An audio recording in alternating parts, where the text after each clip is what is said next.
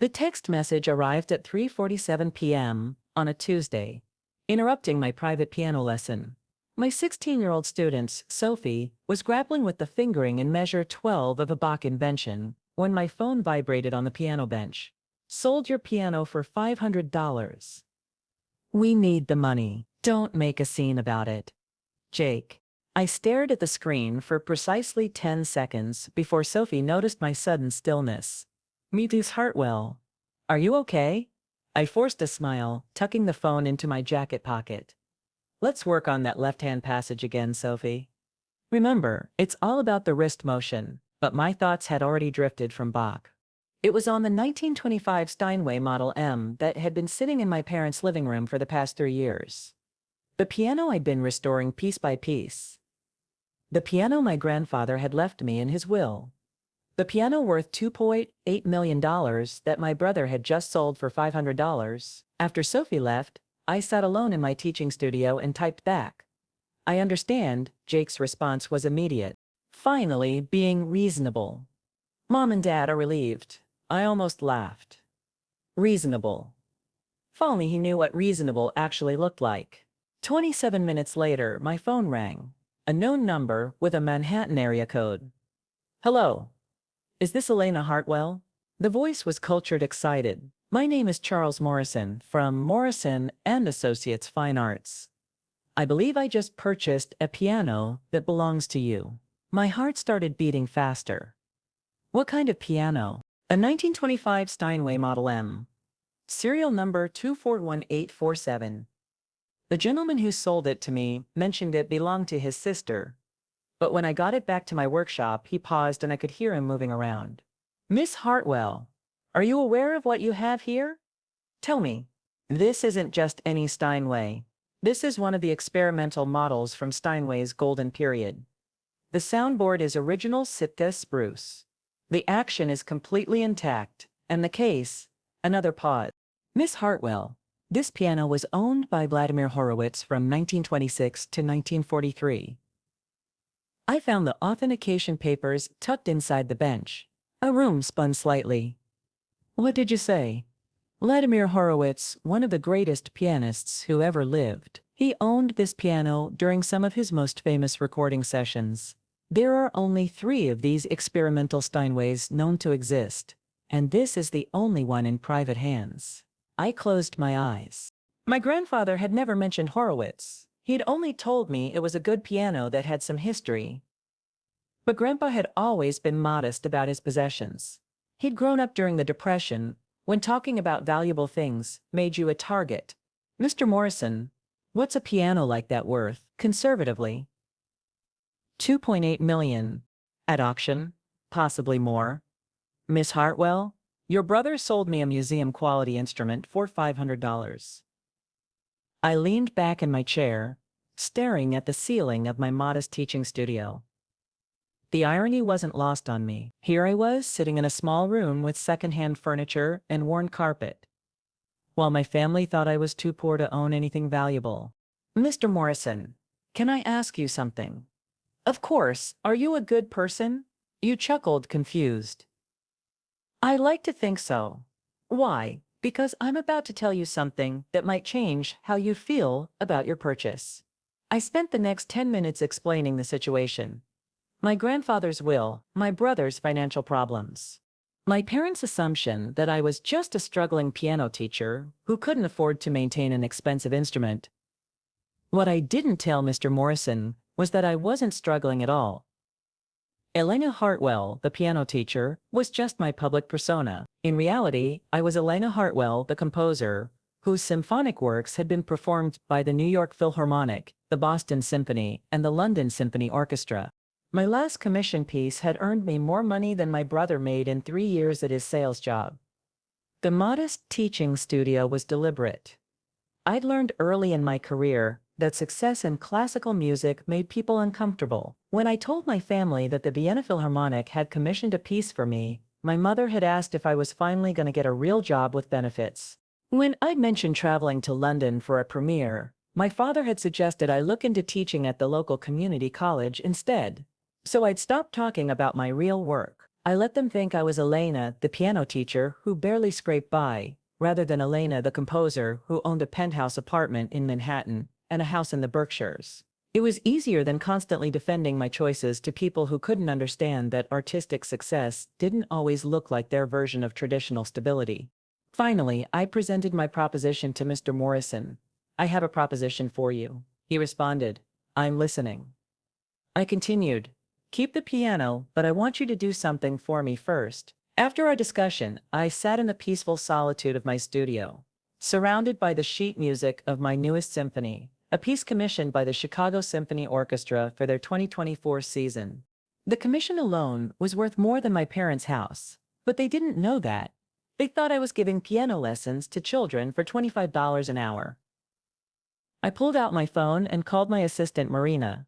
"Elena, how did the lesson go with Sophie?" "Marina, I need you to prepare some documents for me. Financial statements, portfolio summaries, and the authentication papers for Grandpa's piano. Is everything okay? My family just sold a $2.8 million piano for $500. There was a long pause. "Should I call the lawyers?" "Not yet.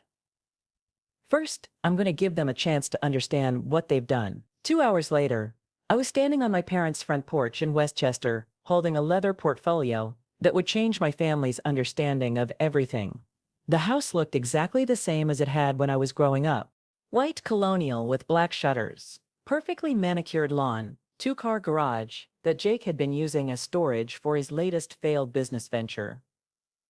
My mother opened the door, wearing the worried expression she'd worn constantly since Jake's third business failure in 5 years. "Elena, what are you doing here? Jake said you were upset about the piano." "Can I come in, Mom?" She stepped aside, and I could see my father in his usual recliner, reading the Wall Street Journal with the intense concentration of someone who understood numbers but had never quite figured out how to make them work in his favor. Jake was sprawled on the couch, scrolling through his phone with the satisfied expression of someone who thought he'd solved a major problem. The living room felt smaller than I remembered. The space where the Steinway had stood for 3 years was now occupied by a folding table covered with Jake's business papers. Invoices, contracts, and what looked like a stack of overdue notices. "Elena," Dad said, without looking up from his paper, "we're sorry about the piano, but Jake needed the money for rent. We couldn't let him get evicted again." "It's okay, Dad." Jake looked up from his phone, and I could see the relief on his face. "See, I told you she'd understand. He was just sitting there collecting dust anyway. Nobody ever played it." That stung more than it should have. I'd played that piano every time I visited, usually late at night when the rest of the family was asleep. Some of my best compositions had started with late-night improvisations on those keys, but they'd never noticed because they were never awake to hear it. Besides, Jake continued, "It's not like you could afford to keep it maintained properly. Those old pianos need constant tuning, climate control, all kinds of expensive stuff." I sat down across from him and placed the portfolio on the coffee table. "Jake, who did you sell the piano to?" "Some antique dealer from the city. Guy seemed to know what he was talking about. Said it was a nice piece but needed work." "What was his name?" "Morrison something." "Charles Morrison, I think." "Why?" I opened the portfolio and pulled out the first document. Charles Morrison's business card and a detailed biography. Charles Morrison, from Morrison and Associates Fine Arts. One of the most respected piano dealers in the world. He's the guy the Metropolitan Opera calls when they need to authenticate historical instruments. Jake shrugged, but I could see uncertainty creeping into his expression.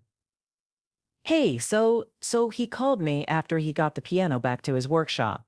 My father finally looked up from his newspaper. "Called you? Why?" "To tell me what you actually sold him." I handed Jake the authentication papers. These were hidden inside the piano bench. Mr. Morrison found them during his initial inspection. I watched Jake's face as he read. His expression moved from confusion to disbelief to something approaching panic. "This," my father said, "this says the piano was owned by Vladimir Horowitz." "That's right." My mother sank heavily into the chair beside him. "Who's Vladimir Horowitz?" she asked.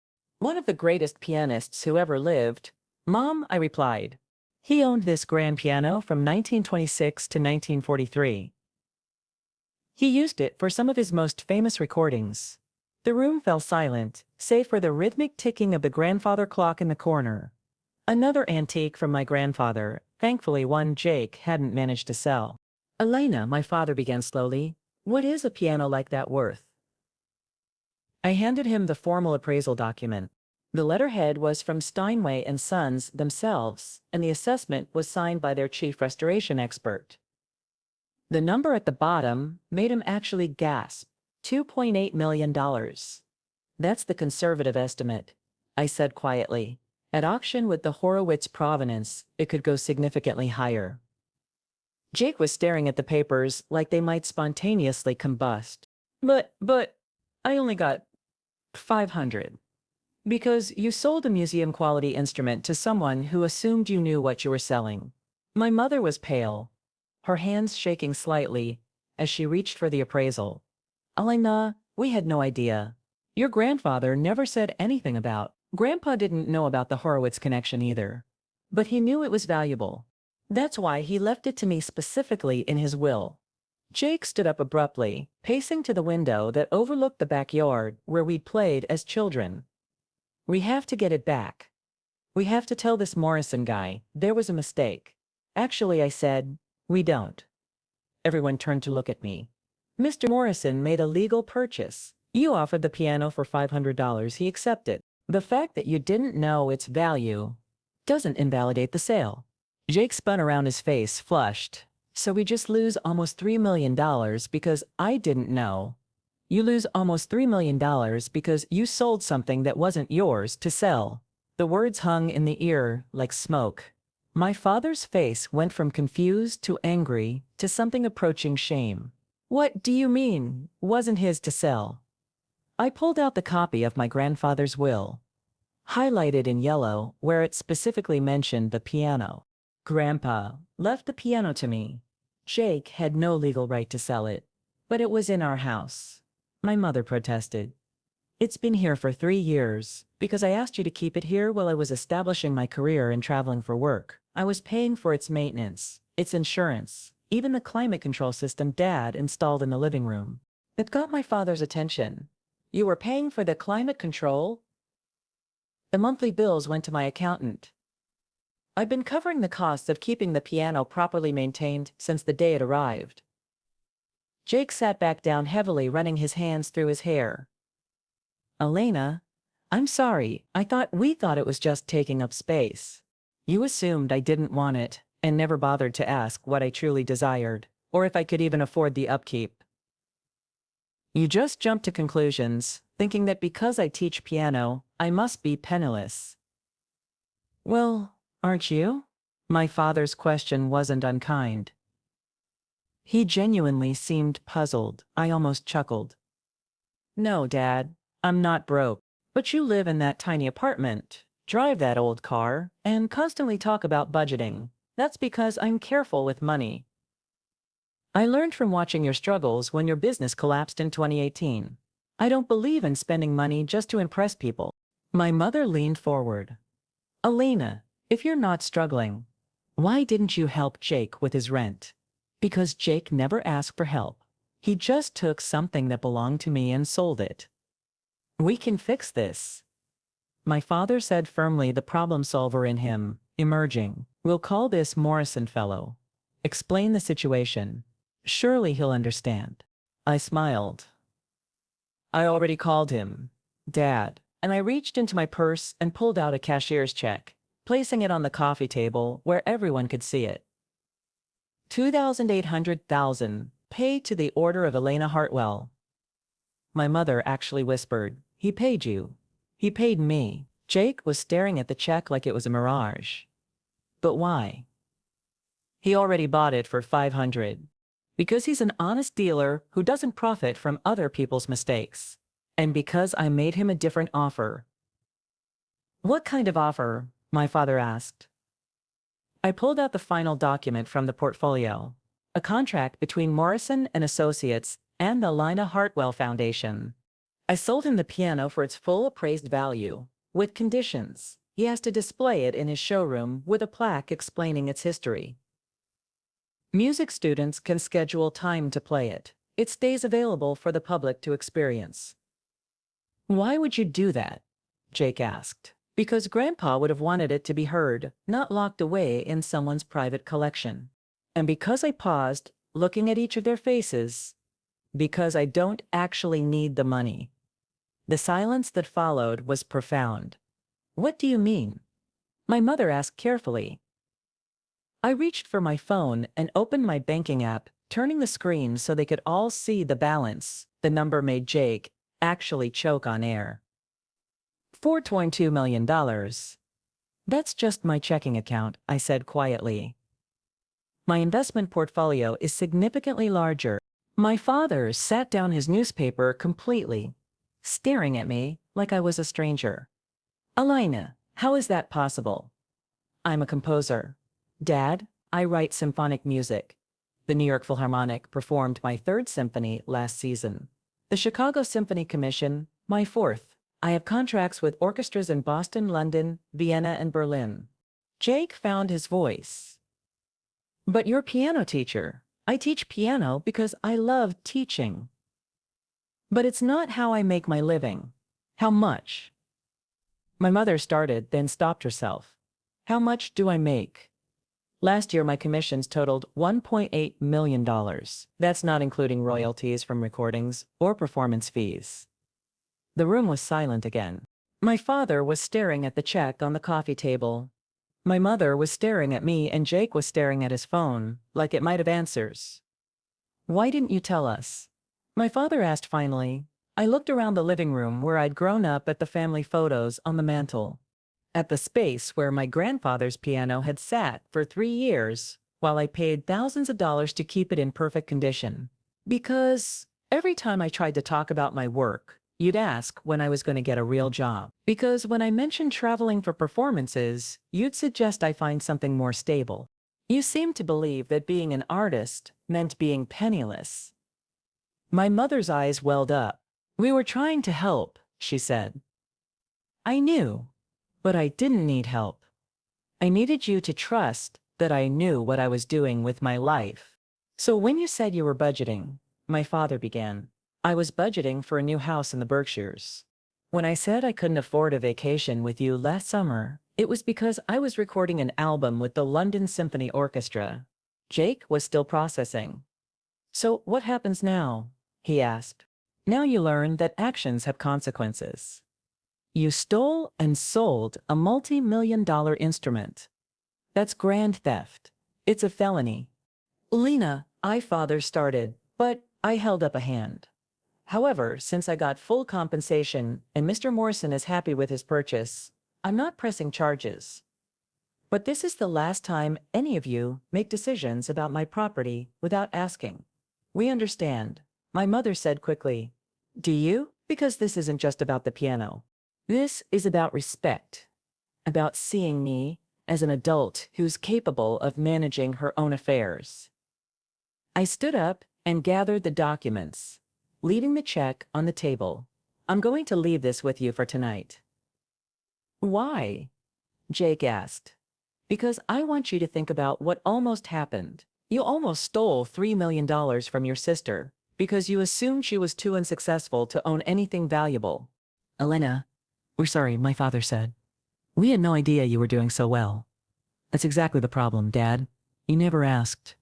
You just assumed that, because my life looks different from yours, it must be wrong. I headed toward the door, then paused. Oh, and Jake, Mr. Morrison has your information on file. If you ever try to sell something that belongs to me again, he'll be calling the police immediately. So will every other reputable dealer in the country. Lena, wait, my mother called. What about us? Are we okay? I turned back to look at them. My brother, who had stolen from me without a second thought because he assumed I had nothing worth stealing. My parents, who had enabled him because they thought I couldn't afford to own anything valuable. But I also saw the shame on their faces, the genuine confusion and regret. These were people who had raised me, supported my early music education, driven me to lessons and recitals even when money was tight. We're family, I said finally. But things are going to be different from now on. Different how? Different in that you're going to start treating me like the successful adult I've been for the past 5 years. Different in that you're going to ask before making assumptions about my life. And different in that if you need help, you ask for it instead of taking it. 3 days later, my mother called. Elena, I've been thinking about what you said, and I looked up your symphonies online. I found recordings on Spotify. Her voice was thick with emotion.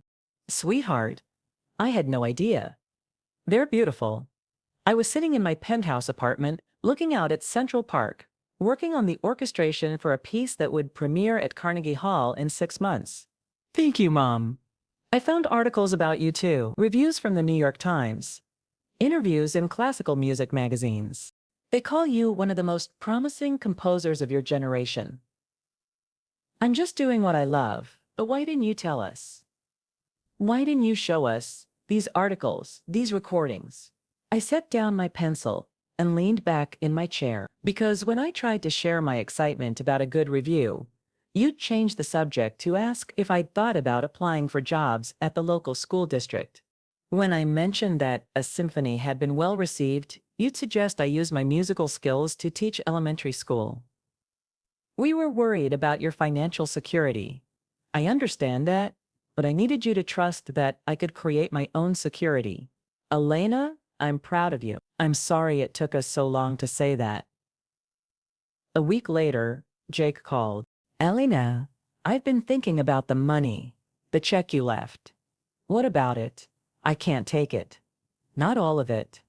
I know I screwed up, but taking $3 million from my sister, that's not who I want to be. I was surprised. What are you proposing? Keep most of it, but let me take enough to get back on my feet properly. Not just pay rent, but maybe go back to school, learn something that actually interests me instead of jumping from one get-rich-quick scheme to another. What interests you? Music, actually. I've been listening to your symphonies, and I had no idea how complex composition was. I'd like to understand it better, maybe learn audio engineering, work with recording studios. 2 months later, Jake started classes at Berklee College of Music. My father, meanwhile, had become my unofficial publicist, telling everyone he met about his daughter, the composer. My mother had started attending local symphony performances, texting me photos from concert halls across New England. 6 months later, when the New York Philharmonic premiered my 4th symphony, my entire family was in the audience. Jake, who had discovered a genuine talent for audio engineering, helped record the performance. My parents sat in the front row, tears streaming down their faces as they heard music their daughter had created being performed by one of the world's greatest orchestras. After the performance, as we stood in the lobby surrounded by musicians and critics and other composers, my father pulled me aside. Elena, I need to apologize. Dad, we've been through this. No, let me finish. I need to apologize not just for what happened with the piano, but for all the years I didn't see you. Really see? I was so worried about your financial security that I missed the fact that you'd already created something much more valuable than security. You'd created art. I hugged him then in the lobby of Lincoln Center, surrounded by the sound of my music still echoing in the concert hall. I love you, Dad. I love you too. And I'm proud of you. Not just because you're successful, but because you chose to build something beautiful in the world. A year later, I established the Elena Hartwell Foundation for Young Composers, funded in part by the sale of my grandfather's piano. The foundation provides grants and mentorship for aspiring composers from low-income families, kids who love music but whose parents worry about the financial realities of an artistic career.